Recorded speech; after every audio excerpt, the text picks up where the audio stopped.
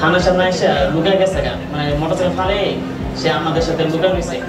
তাও কিছু যুবক বললো কি এই হুজুরের বাচ্চা যেমন হুজুর লতাছে কয়েকটা লাশ পড়ে গেছে গা, তার সঙ্গে আল্লাহ গেছে মানে যা জীবন দিতে গেছে এখানে একটা চোখ গেছে গা, আমি ওরকম কিছু মনে করিনি।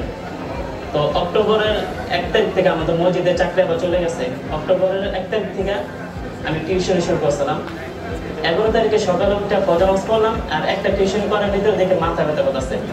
পরে দেখে আমার যে ভালো চোখটা ছিল এটাও আবার এই ভোলা দেখতেছি। তো 1 মাস ধরে আমি এখানে জাতীয় চক্ষু বিজ্ঞান হাসপাতালে ভর্তি আছি।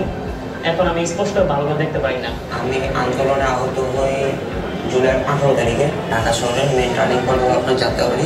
আমার সামনে একজনের মুহূর্তে আমাকে বলেছে এটা হচ্ছে 19 জুলাই শনিয়াকার বিভিন্ন স্থানে রায়েরবাগ এবং সাইনবোর্ড। পুরো দিন আমি ওখানে ছিলাম। আমাদের সহযোদ্ধা ওনার কবে একটা হাত নিয়ে গেছে ওরা। আমার প্রতিও নিম্নভাবে অত্যাচার করছে, রড দিয়ে বাঁশ দিয়ে অনেক মারছে, মারতে মারতে সই ফেলছে আর কি। হওয়ার পরে হচ্ছে যে তারপর আমাকে ছাড়ে নাই, ইটের আড্ডা আমার মাথা দিয়ে মানে পুরো শরীরে আঘাত করছে এবং কি রক্তাক্ত শরীরে সহ হাড়ের সমস্যা হয়েছে। এই জন্য হাড় মাংস দুটোই কাটা লাগছে আর কি, মাংসটা কাটা লাগছে। আমাদের গুলি করে এবং মুহূর্তের মধ্যে আমার ফেসে, মুখে এবং চোখে সেই শর্টগানের যে প্যালেট সেটা আঘাত করে। আমার ডান চোখে শর্টগানের প্যালেট চলে যায় এবং আমি তৎক্ষণিক সেখানে পড়ে যাই। এর পরপরই সেখানে আমাদের পিছনে যারা ছাত্রলীগের সন্ত্রাসীরা তারা হামলা করে। সেখানে বেশ কয়েকজন আহত যারা ছিল তাদের উপরে হামলা করা হয়।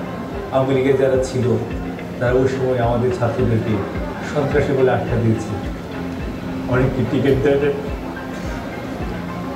চিকিৎসার দায়িত্ব নেন। তার একটা তালিকা তৈরি করে সন্ত্রাসী বলে ধানের তালিকা পাঠিয়েছে।